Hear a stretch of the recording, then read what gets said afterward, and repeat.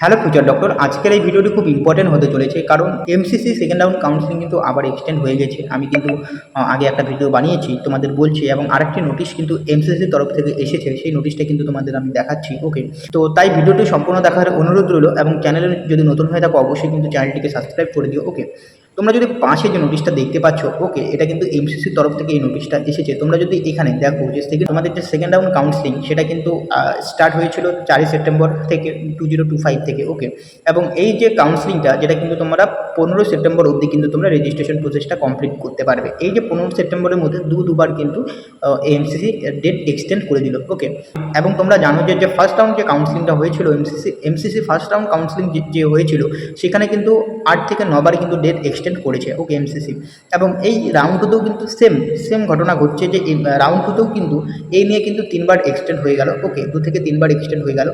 তো তোমাদের এখানে তোমরা যে নোটিশে দেখতে পাচ্ছ, এখানে কিন্তু তোমাদের verification of joint candidate data by MCC রয়েছে 26 সেপ্টেম্বর টু 27 সেপ্টেম্বর 2025, এবং তোমরা যে চয়েস ফিলিং এবং চয়েস লকিং কিন্তু তোমাদের 15 সেপ্টেম্বর অবধি কিন্তু তোমরা করতে পারবে।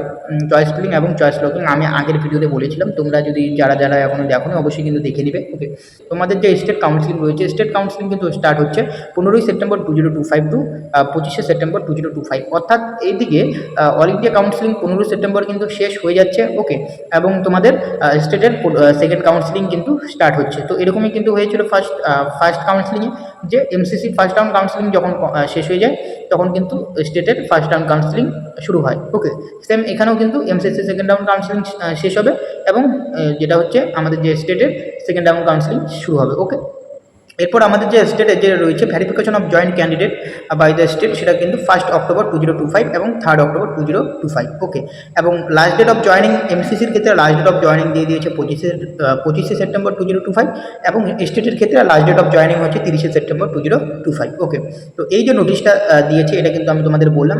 রাউন্ড 3টা আমি তোমাদের বলছি না, কারণ রাউন্ড 3 এখন আসছে না। ওকে, যখন রাউন্ড 3 স্টার্ট হবে তখন কিন্তু রাউন্ড 3টা তোমাদের ভিডিও বানিয়ে বলে দেবো একবার। তো এই যে এমসিসি বারবার যে ডেট এক্সটেন্ড করেই যাচ্ছে। ওকে, তো এটা যে এমসিসি ভিতরে কী করছে সেটা কিন্তু আমরা জানি না, এবং এই ডেটটা আবার এক্সটেন্ড করবে কি না সন্দেহ রয়েছে।